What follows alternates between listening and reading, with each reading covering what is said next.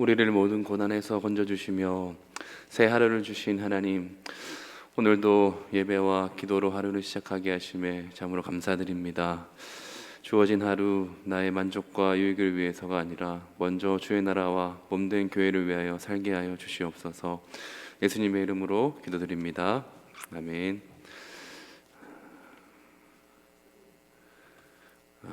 찬송가 304장입니다. 찬송가 304장 찬양하겠습니다.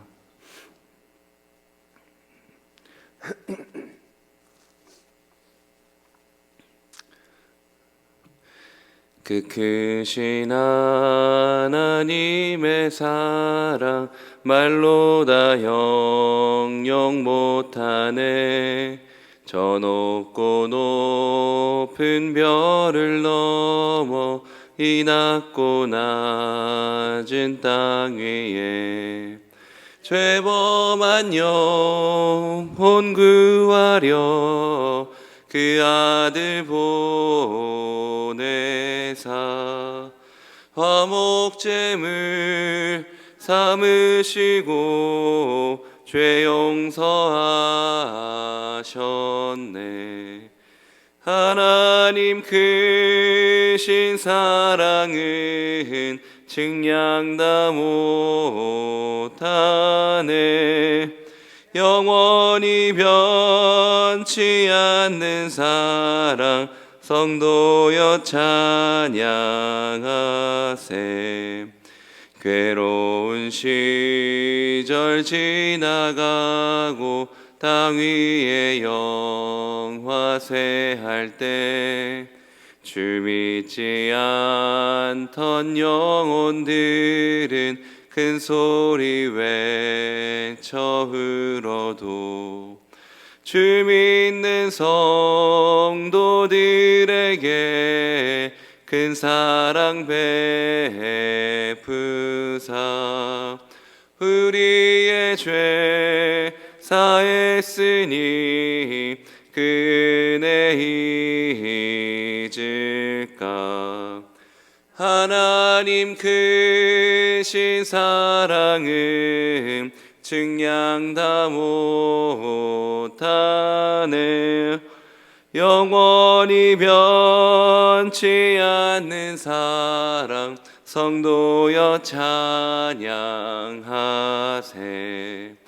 하늘을 두루마리 삼고 바다를 먹물 삼아도 한없는 하나님의 사랑 다 기록할 수 없겠네. 하나님의 크신 사랑 그 어찌 다 쓸까. 저 하늘 높이 쌓아도 채우지 못하리. 하나님 크신 사랑은 측량 다 못하네. 영원히 변치 않는 사랑 성도여 찬양하세.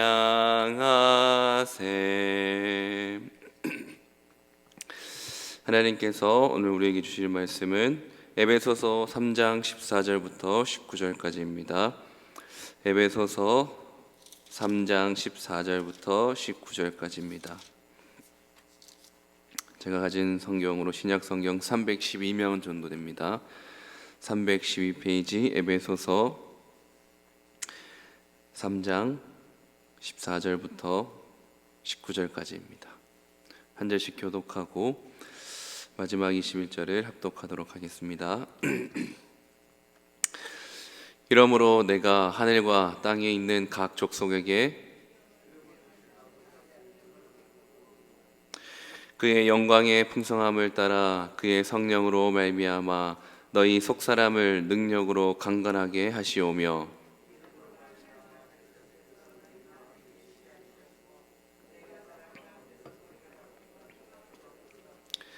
능히 모든 성도와 함께 지식에 넘치는 그리스도의 사랑을 알고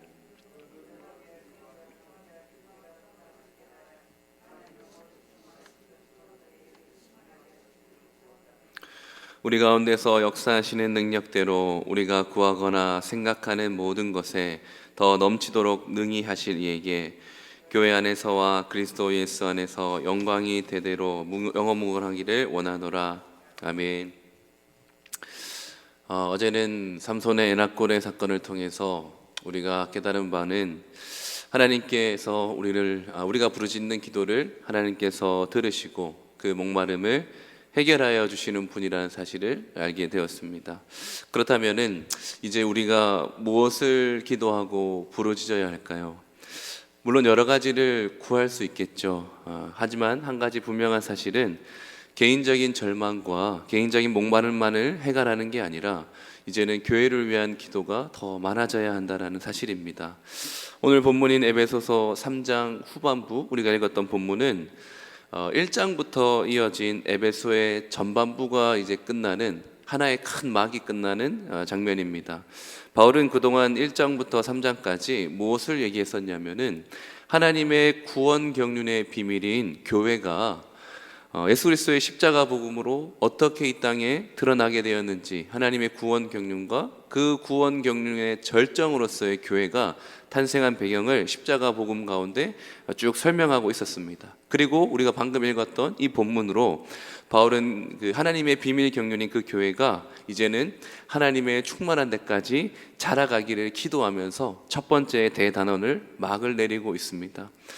오늘 본문을 보시면은 구조가 굉장히 깔끔합니다. 눈으로 한번 보시면 아시겠지만 14절부터 21절까지인데 먼저 14절과 15절은 이제 이 전체가 기도니까 14절과 15절은 먼저 기도의 대상을 향해서 기도를 이제 먼저 부르는 거죠. 그 대상을 향해서 부름이 먼저 있고 16절과 19절은 간구가 있습니다.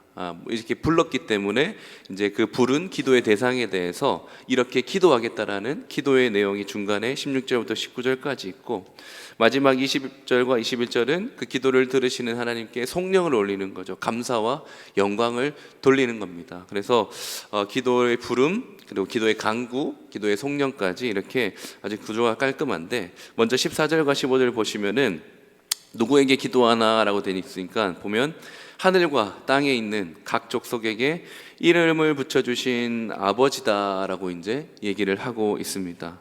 하늘과 땅에 있는 각 족속에게 이름을 주신 분, 이게 무슨 말일까요? 이름을 주신 분이다라고 얘기했을 때 이 이름을 주신 분, 그러니까 이름을 부르는 분이죠. 이름을 주고 이름을 부르는 분은 이름을 준 그 대상에게 대하여 주권적인 능력을 행사할 수 있습니다. 다시 말해서 이걸 바꿔 말하게 되면 이름이 불리워지는 대상의 입장에서는 자신의 이름을 불러주거나 자신의 이름을 붙여주신 그 존재에 대해서 종속되어진다라는 것이죠. 그러니까 바울은 지금 우리를 다스릴 수 있는, 우리에게 주권적인 행사를 가지고 있는 아버지께 기도를 시작하고 있다라고 얘기하는 거죠. 그리고 에베소서 문맥을 생각했을 때 지금 바울이 온 우주 만물 가운데서도 교회를 창조하시고 교회를 다스리고 계시는 그 아버지 되신 하나님, 그 아버지 되신 하나님께 교회를 위해서 간절히 기도를 시작하겠다라고 기도의 부름을 시작하고 있는 것입니다. 그리고 16절부터 이제 19절까지는 기도의 내용들이 있는데 하나씩 좀 천천히 살펴보면 좋을 것 같습니다. 먼저 첫 번째로 성령님의 능력으로 너희 속사람을 강건하게 하시기를 사도 바울이 기도하고 있습니다. 속사람이 강건하게 하시기를, 속사람이라고 얘기하면은 겉사람의 반대말로서 성경에서는 흔히 그리스도 안에서 변화된 참된 자를 얘기할 때, 즉 신자를 얘기할 때 이렇게 속사람이라고 얘기합니다. 더 자세하게 얘기하면은 신자들이 그리스도 안에서 무엇이 새로워지냐라고 얘기할 때 우리의 마음이 새로워진다라고 얘기하지 않습니까? 그리스도 안에서 마음이 새로워지는데 그 마음이 새롭게 되어짐으로 얻게 되어지는 자아, 그 자아를 바로 속사람이라고 말합니다. 더 쉽게 얘기하면 바울은 지금 그 속사람, 우리 신자들의 마음이 강건해지기를 기도하고 있다라고 생각하시면 됩니다. 그렇다면 바울은 왜 거듭난 신자들이 그 마음이 계속해서 강건해지기를 기도하고 있는 것일까요? 왜냐하면 이 땅의 교회는 이미와 아직 가운데서 아직 영적인 전투를 더 거룩해지기를 위해서 영적인 전투를 해야 되는 전투하는 교회이기 때문입니다. 여전히 사탄은 우리를 유혹하고 있을 것이고 우리는 그 유혹 가운데서도 복음을 잘 전하는 사명을 가지고 있습니다. 그 사이에서 우리는 끊임없이 전쟁을 하겠죠. 그렇기 위해서는 우리가 사탄의 유혹에 미혹되지 않고 또 의심이나 두려움 가운데 세상 가운데 짓눌리지 않고 복음을 더 잘 전할 수 있도록 강건해져야 될 필요가 있겠죠. 그와 같은 맥락으로 계속해서 17절에는 이렇게 기도하는 거죠. 믿음으로 말미암아 그리스도께서 너희 마음 가운데 거하시기를. 마찬가지로 이미 구원받은 성도들을 위한 기도인데, 이미 교회를 위해서 위한 기도인데, 그리스도가 함께하고 있는데도 불구하고 뭐라고 기도하냐면은 그리스도께서 너희 마음 가운데 거하시기를 기도하고 있습니다. 바울이 여기에서 그리스도가 마음에 계시게 해달라라고 기도하는 것은 그리스도가 교회 안에서 지속적으로 그리고 아주 강력하게 역사하셔서 개인과 교회의 그 모든 것을 다스리고 계속해서 인도해달라고 얘기하는 기도입니다. 즉 그리스도가 완전히 지배해달라고 하는 기도인 거죠. 우리가 우리 교회가 그리스도의 충만한 데까지 자라가기 위해서, 하나님의 충만하신 데까지 자라가기 위해서는 건물만 커지고 건물만 새로워지는 것이 아니라 성도 한 사람 한 사람이 이렇게 속 사람이 강건해져야 할 것입니다. 교회는 이미 최후 승리를 얻었죠. 그리스도의 십자가 사역 안에서 이미 최후 승리를 얻었지만 그럼에도 여전히 이 땅에 남아있는 악한 세력과의 그 싸움과 우리의 거룩을 위해서 싸워가기 위해서 계속해서 전투해야 할 것입니다.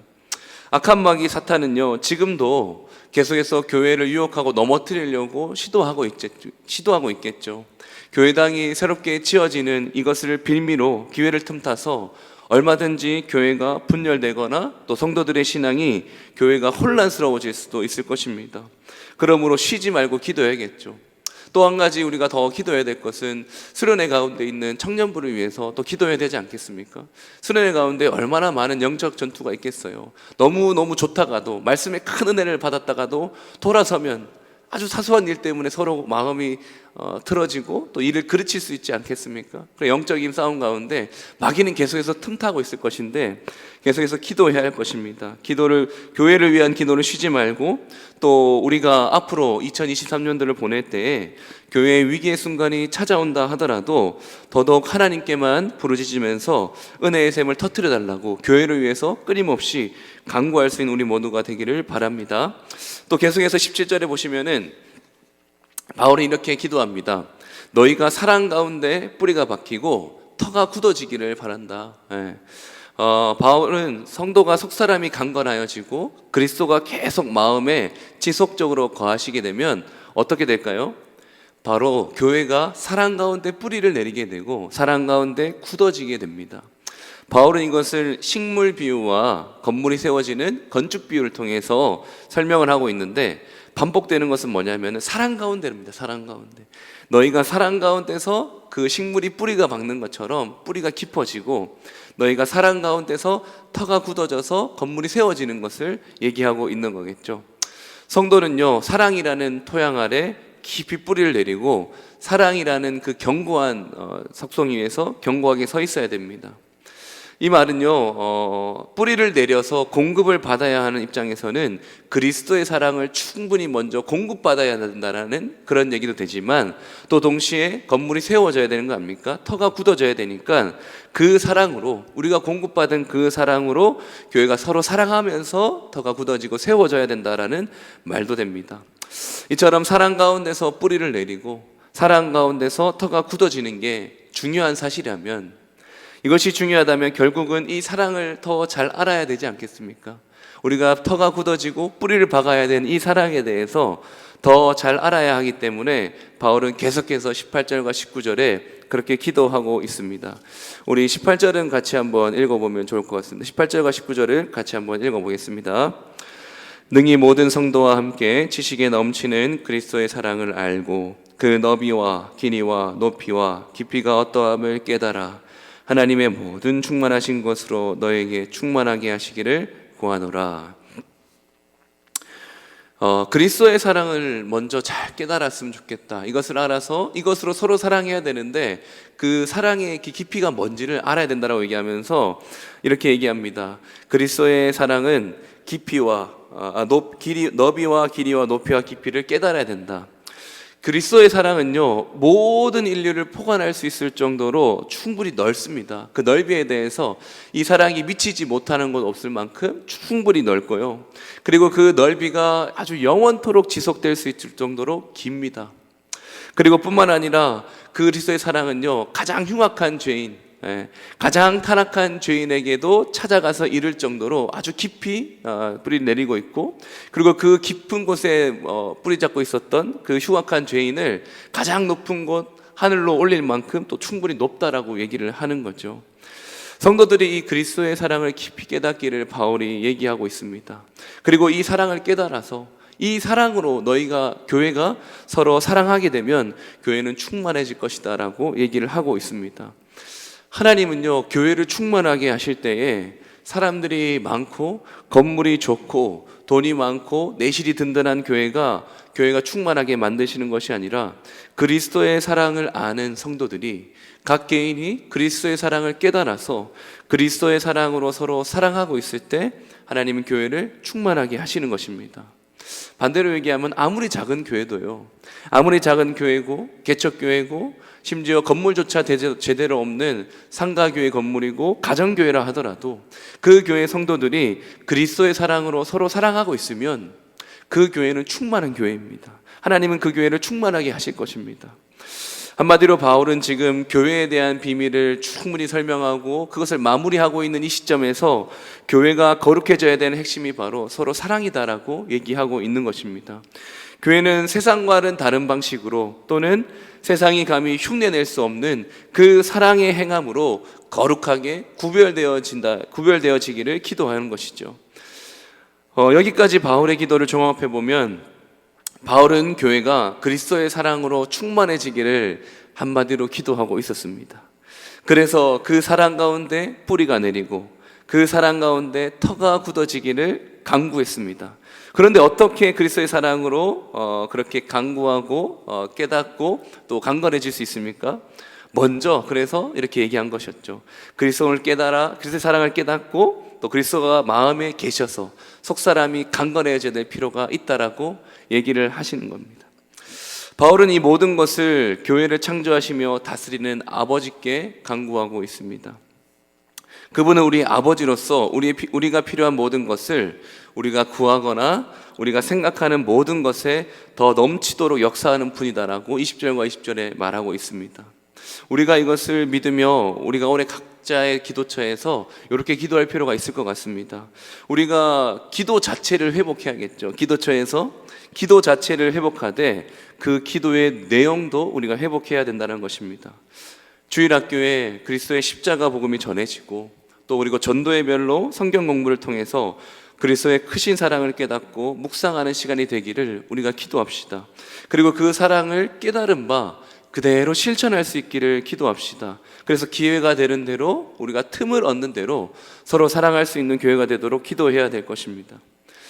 코로나 시대 이후로요, 한국교회가 당면한 표면적인 회복의 과제, 표면적인 회복의 방향은 다시 한번 여러 가지 모임을 대면으로 부활시키고 교회가 다시 예전처럼 활기를 띠는 것이라고 생각할 수 있겠지만 사실은 그 이면에 우리가 궁극적으로 회복해야 할 방향은 무엇이냐면 서로를 향해 식어버린 그 사랑을 다시 회복하는 것입니다. 코로나 때문에 교제가 많이 무너졌고 결과적으로는 우리 성도의 사랑이 서로가 서로를 십자가 사랑처럼 사랑해야 될 이 사랑의 기회를 많이 잃어버리고 식었지 않습니까? 이것을 우리가 근본적으로는 다시 회복해야 할 것입니다. 저도 이 말씀을 보면서 깨달은 바가 있었습니다. 제가 교회의 직원 아닙니까? 사역자고 부교육자로서 이 교회의 직원들이 교회의 행정적인 일을 처리하는 그런 일만은 하는 사람이 아니구나. 물론 누군가 해야 되는 일들을 대신하고 있는 사람인 건 맞습니다. 그러나 그 일을 할 때 내가 단지 그렇게 일하는 기계가 아니구나라는 생각을 많이 했어요. 그 일하는 모든 이면에 뭐가 있어야 됩니까? 교회를 사랑하기 위한 부르심이다라는 것이 있어야겠죠. 내가 여기 이 자리에 있는 것, 직분자도 마찬가지겠죠. 내가 이 자리에 있는 것, 어떤 책임 있는 자리에 서 있다라는 것, 이 모든 부르심들은 우리가 교회를 더 사랑하고 교회를 위해서 헌신하고 희생하라고 부르신 자리인 줄 믿으시길 바랍니다. 그래서 우리를 부르신 그 자리 가운데서 이 믿음을 이루어지면 안 되겠죠. 더 희생하라고 부르신 자리구나. 더 충성하라고, 더 사랑이 있어서 충성하라고 부르신 자리란 것입니다. 사랑하는 성도 여러분, 이미 이 사회는요, 너무 지극히 개인주의화 되어 버려서 서로 사랑하는 것을 너무나 쉽게 포기해버리는 시대입니다. 그저 1인분만 하면은 사회에서는 잘하는 것이다라고 얘기하고 있습니다. 그런데 이런 시대 가운데 우리는요, 속사람이 강건해지기를 기도합시다. 그리고 계속해서 그리스도가 우리 마음 가운데 거하셔서 우리를 다스려 주시기를 기도합시다. 왜요? 그리스도의 사랑으로 서로 사랑할 수 있도록 우리가 강건해지고 그리스도가 우리를 다스리는 이유가 뭡니까? 그리스도의 사랑을 깨달아서 그 사랑으로 우리가 서로 사랑할 수 있는 교회가 되기 위해서 그렇게 기도하는 것입니다. 그래서 우리 문화교회가 모든 것을 내어주신 우리 예수 그리스도를 닮아서 십자가 사랑으로 서로 사랑하며 충만해질 수 있는 우리 문화교회 되기를 간절히 소원합니다. 자, 기도하겠습니다. 하나님 아버지, 교회를 창조하시고 교회를 사랑하시는 하나님, 우리가 가야 할 길을 말씀을 통해서 배우게 하시고 또 깨닫게 하심을 감사드립니다. 우리가 교회를 위해서 기도하되 무엇보다 우리 속사람을 날로 강건하게 하시고 그리스도의 사랑을 깨닫게 하여 주시옵소서. 그래, 그 깨달은 사랑으로 서로 사랑하면서 그리스도의 사랑이 넘치는 교회, 그리스도를 닮은 사랑으로 서로 사랑하기를 주저하지 않는 충만한 교회가 되게 하여 주시옵소서. 예수님의 이름으로 간절히 기도드립니다. 아멘. 하늘에 계신 우리 아버지여, 이름이 거룩히 여김을 받으시오며 나라의 임하옵시며 뜻이 하늘에서 이룬 것 같이 땅에서도 이루어지이다. 오늘날 우리에게 일용할 양식을 주옵시고 우리가 우리에게 죄 지은 자를 사하여 준 것 같이 우리 죄를 사하여 주옵시고 우리를 시험에 들게 하지 마옵시고 다만 악에서 구하옵소서. 대개 나라와 권세와 영광이 아버지께 영원히 있사옵나이다. 아멘. 몇 가지 기도 제목을 가지고 새벽에 같이 기도했으면 좋겠습니다. 먼저 말씀을 붙들고 기도합시다. 날마다 성령으로 강건해져서 온 교회가 그리스도의 사랑으로 사랑할 수 있는 교회가 되기를 기도합시다. 그리고 두 번째로 교회 직원들과 중직자들이 먼저 이 사랑의 본을, 그리스도의 사랑을 실천하며 본을 보이며 충성할 수 있도록 기도합시다. 세계교회당 건축을 위해서도 기도합시다. 5층 공사가 이어지는데 전기와 소방 시설 공사가 안전하게 순조롭게 진행되어 줄 수 있도록 기도합시다. 그리고 마지막으로 청년부 수련을 위해서 기도합시다. 청년들이 회개하고 예수 그리스도를 믿고 복음을 받아들여서 성령으로 거듭날 수 있기를 위해서 기도합시다. 그리고 그 성령의 권능으로 거듭난 자들이 이 땅에서 담대하게 거침없이 복음을 증거할 수 있는 삶을 살 수 있도록, 그리고 또한 남은 수련의 기간 동안 모든 진행이 성령님의 인도하신 가운데 차질 없이 잘 진행되어질 수 있도록 위해서 기도하고 개인적인 기도를 하고 돌아가시도록 바랍니다.